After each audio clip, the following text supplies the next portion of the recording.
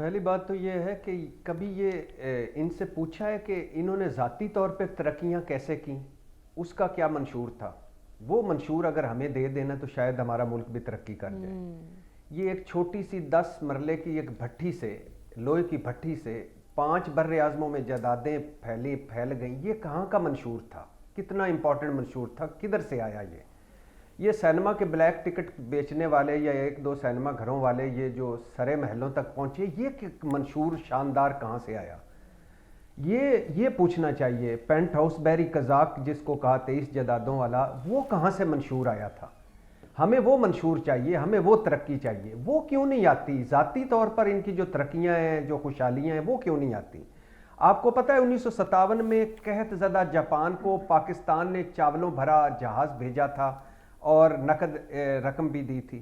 آپ کو پتہ ہے 1950 میں جرمنی کو 5 کروڑ کا قرضہ ہم نے دیا تھا، پولینڈ کے متاثرین کو پناہ ہم نے دی تھی۔ آپ کو پتہ ہے کہ ہم نے موزے تونگ کو جہاز بھیجا تھا ذاتی استعمال کے لیے، جو آج بھی چین کے میوزیم میں شکریہ کے ساتھ کھڑا ہے۔ چین میں لوہے کا پہلا کارخانہ پیکو کی، جو پیکو ادھر ہماری انڈسٹری تھی، وہ فیکٹری تھی، اس کی طرز پہ لگا تھا۔ شاہ ایران پاکستان آتے تھے اور پاکستانی ترقی کے گن گاتے تھے۔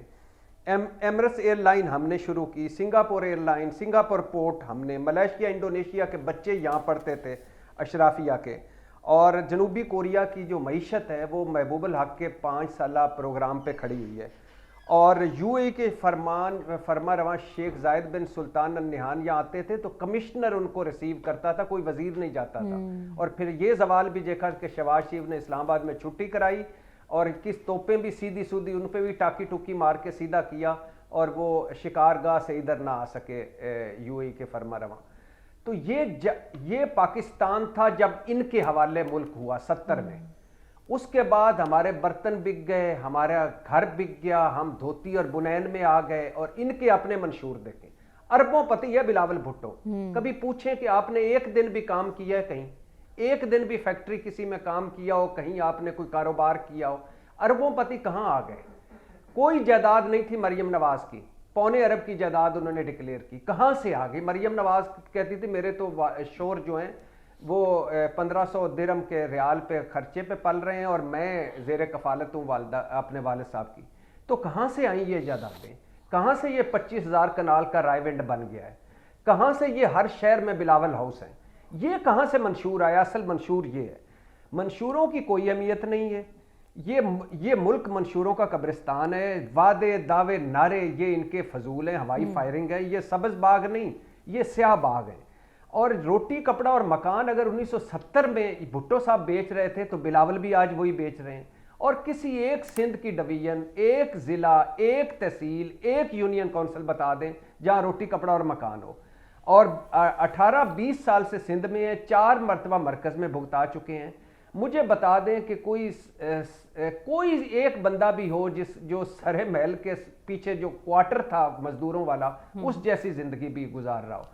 اور لاڑکانہ جس کے بارے میں سپریم کورٹ نے کہا تھا کہ ایک گھر تو ڈائن بھی چھوڑ دیتی ہے، لاڑکانہ میں بلاول بھٹو رہ سکتے ہیں عام آدمی کی طرح چند دن بھی۔ لاڑکانہ کی جو مزار ہیں وہ بہتر ہے لاڑکانہ کے گھروں سے۔ اور پھر دوسری طرف وہ صاحب ہیں جو ان کی ترقیاں دیکھ لیں الحمدللہ، کتنے یہ حدیبیہ سے ایون فیلڈ اور فلیگ شپ تک چلے جائیں، لمبی ترقیاں ہیں، لیکن ہمارے لیے کچھ بھی نہیں ہے۔ بچے اربوں پتی ہیں، زیر کفالت ان کے تھے۔ اب وہ جو ہیں وہ ایشین ٹائیگر بنانا تھا انہوں نے ملک کو۔ قرضہ اتارو ملک سنوارو نواز شریف، قرضہ لو ملک بچاؤ شہباز شریف، یہ سارا سفر ہوا۔ تیسری طرف ہمارے خیر سے آج کل وہ 9 مئی کے حالات کے جبر میں ہیں۔ ہالینڈ کا وزیر اعظم سائیکل پہ جاتا ہے، لیکن میں ہیلی کاپٹر پہ بنی گالا آیا جایا کروں گا۔ جب کشتی ڈوبتی ہے تو وزیر اعظم مستعفی ہو جاتا ہے۔ میرا شیخ رشید 80 ریلوے حادثوں کے باوجود قائم رہے گا۔ تحفے نہیں لینے چاہیے، یہ ملک کے، اور میں تحفے لوں گا بھی، چھپاؤں گا بھی، بیچوں گا بھی۔ اور وہ آپ نے بتا ہی دیا ہے کہ 1 کروڑ نوکریاں، 50 لاکھ گھر، 90 دنوں میں کرپشن ختم۔ یعنی آپ کہہ رہے ہیں یہاں تو سب گفتار کے غازی ثابت ہوئے ہیں، کسی نے کوئی کام کر کے نہیں دکھایا۔ یہ سب گفتار بھی نہیں، اچھا گفتار بھی کوئی اچھی کر لے نا۔ یہ